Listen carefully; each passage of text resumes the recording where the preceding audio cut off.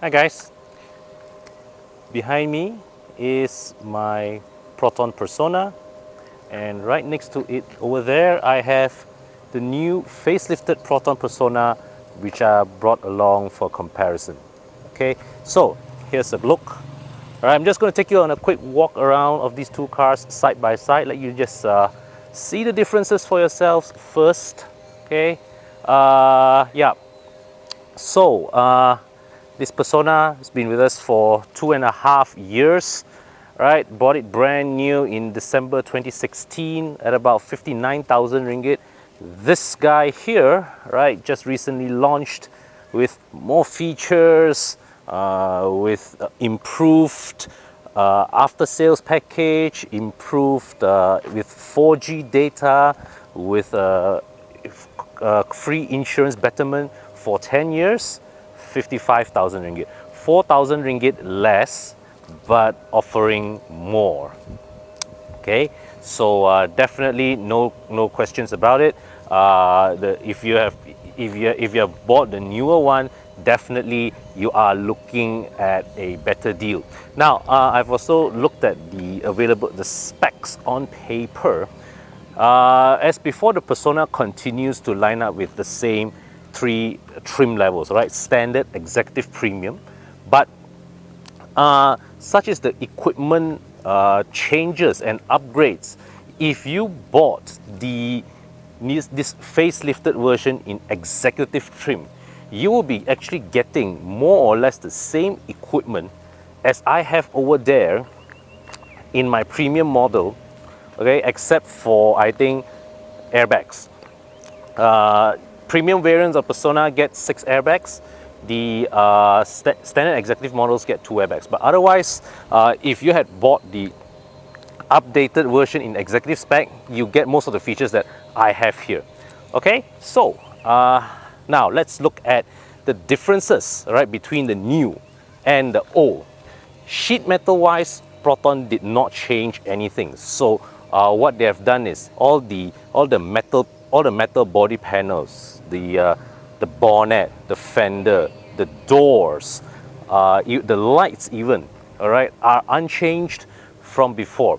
What they have really changed really are just the bumpers, okay, some of these trim bits, okay, and the rims lah, of course. Okay, so look at the different rim design. This is the pre-facelift model. The pre-facelift model had this 5-spoke design in 2 colors, but some cars got the silver, some cars got the gray depending on your car. Okay, this is the new design for the facelift variant. Okay, and yeah, so you see the headlights are the same, but what they have done is with the facelift model they have added daytime running lights here, and that's only for the premium model. Executive model don't get the daytime running lights. They have also naturally changed the front grille. Now it gets the infinite weave pattern here. Okay, and overall I think this new front look, right, to me it looks neater. Okay, it looks neater than the one there. It looks neater, better resolved, more refined. And yeah, I definitely think that this is a more handsome looking front than the one I have. All right, I also like how this whole gloss black trim here, all right, this one piece here, it sort of frames the bumper. Okay, yeah, so so that's the best they could have done, really. All right, based on the limited time and cost and budget that they have to touch up this car. They have redone the bumper. So you see this pre-facelift Persona, the line here, the character line that flows from the boot, okay, it goes up and meets the edge of the tail lamp. Whereas here, okay, this line continues this way and it just goes like that. Okay, it just flows in here this way. Okay, so I would say that overall it actually makes the rear end looks more, it actually makes the rear end slimmer. It reduces the visual bulk of the rear, and I have to say that for a facelift job that involved only a change of bumpers, the difference that it makes is pretty significant. It makes this car look, yeah, I think particularly, right, I think the biggest gripe, or my biggest gripe of the Persona's appearance actually is the rear. The rear has too much visual bulk. This one reduces that. It makes the rear end slimmer, and thus it makes the whole proportions of the car look a lot more natural. The only thing I don't quite get is how this Proton wording here. Now somehow, right, this one, because the Proton wording, it overlaps the Persona wording here. Okay, it makes for a bit of a rather jarring visual appearance. I would think that somehow maybe it would have been better to put the Persona wording below here. Okay, yeah, just to create a bit of a distance between the words. Yeah, but overall, no doubts about it. The new car is a more handsome looking one than the older one. Now, the other thing that I want to point out from the outside, I noticed that the paint quality of this car, of the new car, is substantially improved from my old one. This car here is 2.5 years old, and for all its life, since we bought this car, it was parked under shade. Okay, when my wife was working in her previous company, the car was parked in the shaded parking. Now that she stopped working, it's parked in our porch under shade as well. But even then, the paint of this car, the luster of this paint, this paint just looks like it has aged substantially. When I parked this car next to my 12-year-old Waja, it looks like the Waja is a newer car than this. Now I come to this one here. When just by touching the paint, it feels like the finishing of the surface is also improved. So I asked Proton, did they do any paint protection film coating or nano coating or ceramic coating or whatever they had on the car? They say they did not. Yeah, so but still the improvement in quality is definite. Now I'm not sure if I mentioned this before, but with the Persona, with our Persona, right, I actually sent the car back to make a warranty claim on the paint matching, because when we first got the car, there was a very noticeable mismatch in paint between the fender and the bumper. So we actually I actually sent the car back to COE to get them to get the paint matching closer to the car, because previously the mismatch was very, very obvious under a multitude type of lighting.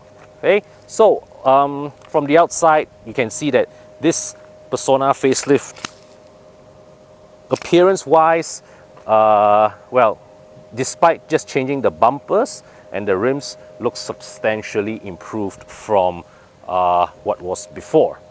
Okay, so let's look inside. All right, so let's start by looking inside. Here's the cabin as I sit inside. Okay, now the Persona here does not have individually adjustable headrests, unlike the previous generation Gen 2 based Persona. So this one has fixed headrests, which funnily enough, right, well, it doesn't give me much head support, to be honest, but funnily enough, the iris has individually adjustable headrests. Now, headroom here is good because of the way Proton stretched the roofline all the way to the back. Yeah, it gives a bit of awkward proportions, but the benefit is I get good headroom. Okay, utilization of interior space is pretty decent. Legroom is not too bad. And one thing about the Iris and Persona that is not often, I feel, praised about is that the seats actually give very good support for long distances. So I've taken this car on outstation trips many times before, and I would say that whilst the engine and transmission refinement is so for long distance driving. For long distance driving, personally, I still prefer to drive my Waja or my E39. But one thing that the Persona does very well, all right, very underrated, is the support provided by the seats. So you see, like right here, I've got a good recline angle that long distance journey where the passenger is concerned is not too tiring, and the seat cushion is angled nicely that I've got excellent thigh support, and I've got not too bad leg room in front. Now let's jump over to the new car. Now look at this. Now I've got for the purposes of this demonstration, I've got the driver's seat of both my car and our test car here adjusted to my driving position. So now I sit at the back. Same lah. The seat back is the same. I still get the same angle of recline, but I seem to have slightly better leg room ahead of me. Okay, but I believe there's a trick. There's a trick to it. Why? Because Proton has actually shortened the seat cushion slightly. So you see here, the seat cushion at the middle part, it curves inwards. Okay, so it had the seat cushion is actually shortened by about half an inch or so. So, but still, the part that for the side passengers here, the part that bulges out, it still just about gives enough enough thigh support. But I would say definitely it's compared to the one to the other one, slightly compromised, and I would say it does give me the impression that I have a bit more space here to play with at the back without sacrificing too much of my available leg room. Now just notice something. I'm going to now see here, this is the front seat. Okay, let me just jump back to the old car. Okay, it looks like same thickness. The area of the seat back, it is also slightly indented to free up even more room, okay, for the rear passengers. So let's look at the front. Okay guys, so here is the cabin of my Persona. So here's the new Persona cabin. At first glance, looks pretty much the same. All right. What I like about this Persona cabin is that they actually took the effort to give it a two-tone color scheme. So it gives the Persona's cabin a more airy and spacious feel compared to the Iris, which actually shares the identical cabin dimensions. Okay, so you've got where two-tone coloring is concerned, it is a relatively safe combination because you have dark gray on top, all right, dark gray on top, and you know, light gray below. So it's a relatively safe combination. But one, I still think it's nice because I always like two-tone dash coloring. It brings out depth of the dashboard design. Okay, so immediately first thing you see, this instrument cluster is new. The display, the center display, compared to the monochrome display from my Persona over there, it's now a color display, high res, still the same functions. So we can scroll through the same features, right, as available before. I can tell you it's exactly the same, except that now there are only 2 trip computers as opposed to just 3 before. But hey, I think most users would actually appreciate this nicer looking display than having 3 trip computers, when most of the time 2 actually would have quite easily sufficed. Now with my Persona also, the fuel and the temperature gauges were previously located within that small monochrome display. Now it is located here at the underside of the instrument cluster. So overall it is a very neat display, and it's nice. And also the other thing is that with the old Persona, the instrument cluster had more 3D effects. All right, it has more 3-dimensional features inside there. This one is a more flat plane, but they've also put in these 2 silver linings in there to give it a bit more, you know, emphasis towards the 2 major gauges. But yeah, so there you go. It's a nice revamp of a design. One thing I noticed they removed is that they have taken out headlamp leveling here that was available in my car, but at the same time they have also added 1 touch up for the power window. In my car, it is only one touch down. Up, you have to hold you have to hold it all the way. Okay, this is this box here is just ngam good enough for your smart tag, but be warned, at certain angles the smart tag can get sunk inside there. It has happened with my car. I'm not sure if they have addressed that. Okay, maybe they've addressed that. So yeah, but there you go, it's just right a spot for your smart tag. Now you come over here. So this is the high proton unit. That's the big news in the biggest change to this, and of course it's a major improvement from the one that I have over in my car, because the one I have in my car on a bad day, the head unit itself takes a whole minute to boot up. So yeah, that is not cool. And later batches of the pre-facelift Persona, they have improved it. They've put a better head unit, but the one that I have in my car really wasn't the best. Okay, but still, let me just try a few commands. Hi Proton, I'm feeling sick.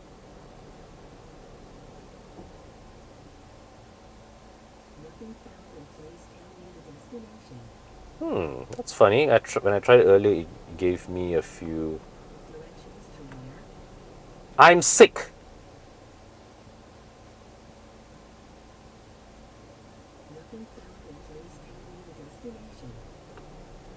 I'm hungry.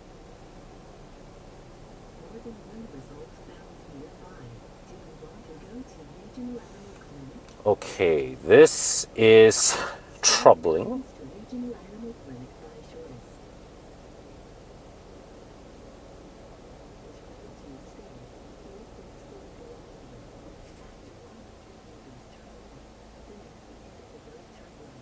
Hi Proton. Cancel navigation. Hi Proton. I need to refuel.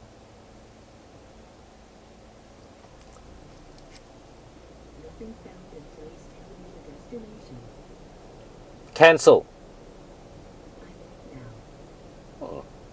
Funnily enough, earlier today when I tried those commands, when I said I was sick, the system actually called out a list of hospitals, and when I said I needed to refuel, it actually called out a list of petrol stations. And I was in Bangsa at that time. Too bad I wasn't filming at that time. Maybe this thing has stage fright, I don't know. But still, definitely from where I am coming from, this is an upgrade. And let me just show you the reverse camera. Now the reverse camera has active guidelines, so when I turn the steering, this box turns along with it. The resolution of the reverse camera is just so, but as I always like to point out, having a low res reverse camera is good enough for me, because all I need to know when I reverse is, let's say when I'm reversing back into my porch, is my daughter in the way of my car. That's it. Doesn't have to be crystal clear, just needs to show me that she's there, or it's a clear path. But of course, if you are in the price range of a Mercedes, a BMW, you know, those 200k, 300k cars, we expect clearer resolution image. But at this price range, any camera is good enough. And curiously, Proton continues to maintain its logic of needing manual user input to activate the front parking sensors. The buttons, okay, all these buttons, the tactile feel of these buttons definitely have improved over my current car. This shift lever, the gear stick also is changed from the T-bar design available in my Persona. So the mechanism exerts a slightly different tactile characteristics when I move it about. And what's really cool is this. Check this out. So right here you see this pattern. Okay, this to me is a rather cool design touch. It's something that you feel when you press the shift lock button, but you don't really see until you feel it there. So this is a nice design touch that that definitely comes from, well, because this is a Geely source gear knob lah, so it just came with it, and there you go. So in my Persona, right, this is a black, this piece here is a reflective surface, so I don't know what that piece ever actually served, but it's now a solid piece. This slot here, never really found good use for it, except maybe sometimes to put your touch and go card.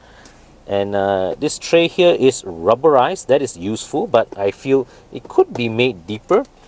Okay, as I said also in my previously when I reviewed the Iris and the Persona as well, this center tunnel actually is rather well utilized.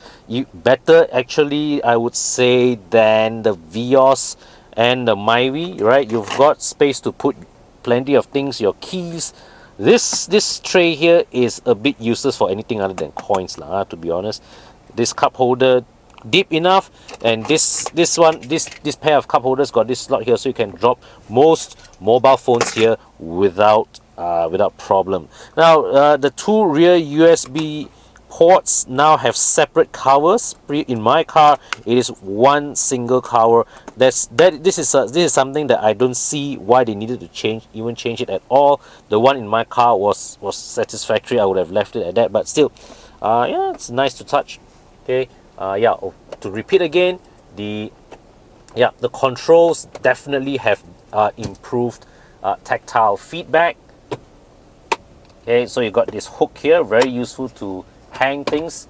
There's the glove box, and you still got this hook here that was as available in my car. Now the upholstery also has been changed in my car. The premium version gets full leather upholstery. Here the premium model gets semi leather upholstery, with this portion here is being fabric. To me, I actually prefer sitting on fabric seats, so this is an agreeable change to me. Alright, so here you have it, guys. Quick look inside and out of the new facelifted Proton Persona. Compared this one to the one that I have at home.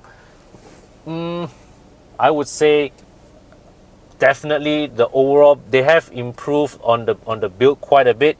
This car just feels more solid. All the various interior bits feels more solid. Feels better polished. A couple of small cost-cutting items that I wouldn't quite call it cost-cutting. I would call it maybe optimization, because they have removed headlight leveling, as I said earlier, but that is something that maybe not many people, that is nice to have, but not many users understand its function anyways. So fair game for Proton for removing that. Now then, the other thing is they have also definitely played with the length of the seat cushion. They've played with the seat cushion material, the molding of the seat cushion material, to free up a bit more leg room, to add an impression of spaciousness, all right, without sacrificing a noticeable amount of thigh support, which is impressive. So just like I mentioned earlier, the front seats of the Persona also offer very good thigh support. And yeah, to reiterate with my earlier point, I've driven my Persona outstation a few times. I think the engine and transmission don't feel well calibrated for long distance use, but the seats definitely make the cut very, very comfortable for long distance driving. So this comparison walkaround video ends here. I will be filming the comparative driving impressions of these two cars on a separate video. All right, so stay tuned for that. Cheers, guys.